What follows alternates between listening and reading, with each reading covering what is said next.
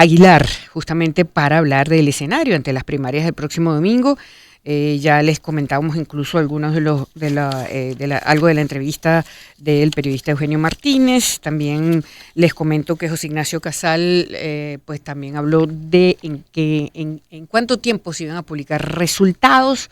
Así que bueno, vamos a hablar con Luis para que nos hable de ese panorama para el próximo domingo, que están convocadas las elecciones primarias de la oposición.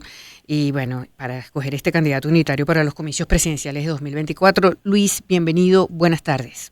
Graciela, buenas tardes, muchas gracias por la invitación. A ver, ¿cómo estás viendo el panorama, Luis?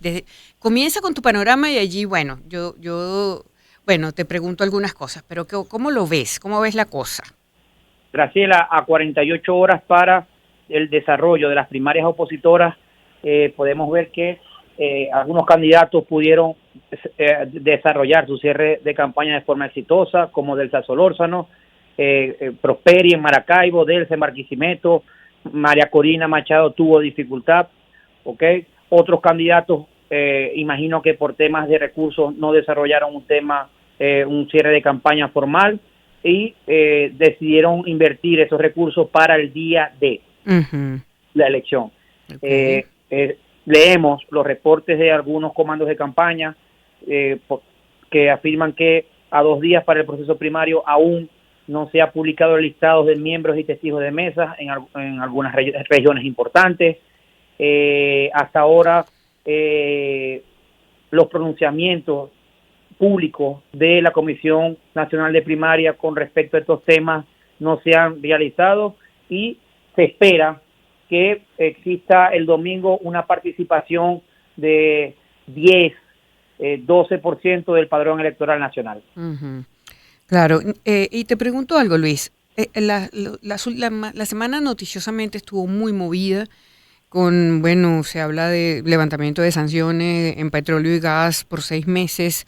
Incluso hoy leía que había ya movimientos en algunos mercados por esto, y porque, bueno, hay guerra y todo esto.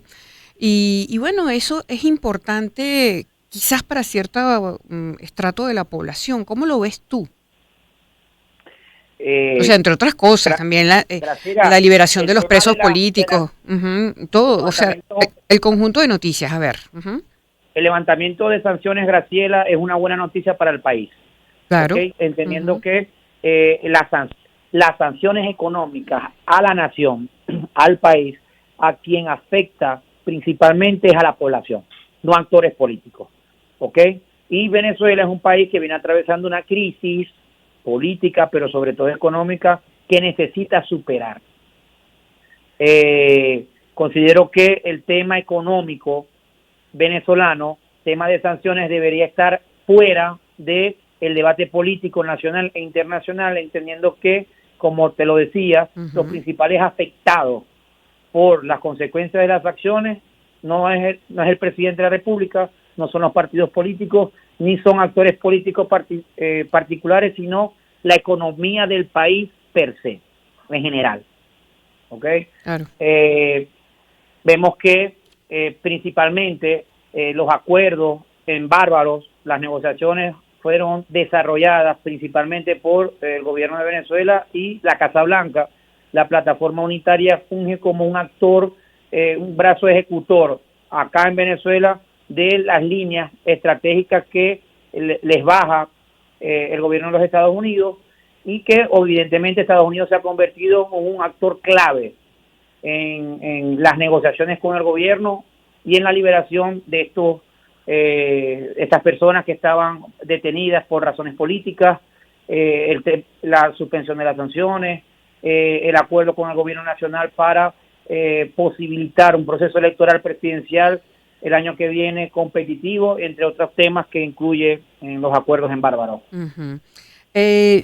Justamente se habla también lo decía el periodista Eugenio Martínez, de un porcentaje, bueno, tú decías 10% se espera que vote el 10% de la población opositora este domingo. Bueno, ¿cómo ven eso? Que sea tan poca gente la que está informada, porque también tiene que ver con eso, con la información que manejan las personas acerca de la primaria del próximo domingo. Graciela, primero aclarar que nuestras mediciones mensuales del mes de octubre Nuestro reporte es del 10 al 12% de participación nacional. Muy bien. Otros colegas encuestadores afirman que será superior al 30%, datos que nosotros respetamos, no coinciden con los nuestros, pero son datos, claro, de casas encuestadoras importantes en el país. Es normal, Graciela, que en un proceso primario la participación electoral sea mínima, entendiendo que no es un proceso oficial, presidencial o regional, donde por motivos institucionales de mayor participación de candidatos, la participación electoral es superior. Son números racionales, normales, donde históricamente los electores más relacionados a la política, más conectados con el entorno político nacional o con autodefinidos con algunas organizaciones políticas, son los que en su mayoría van a participar en estos procesos electorales. En los procesos primarios, Graciela,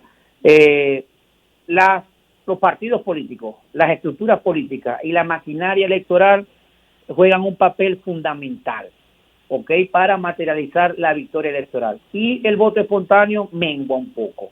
Creo que el día del domingo no imperarán las encuestas, no imperarán las matrices de opinión, las redes sociales y los medios de comunicación, sino que imperarán, valga la redundancia, la organización electoral por parte de los comandos de campañas y de los partidos políticos para movilizar masivamente a electores a los centros de votación para favorecer a un candidato o a una candidata. Ciertamente. Muchas gracias, Luis, de verdad, por el contacto a esta hora y la explicación. Gracias. Muy buenas tardes. Luis Aguilar es politólogo, presidente de Polianalítica. El escenario, pues, ante las primarias del próximo domingo era lo que nos conversaba. Vamos nosotros a la 1:46 a colocar UB40, Can't Help Falling in Love, aquí en el Circuito Éxito.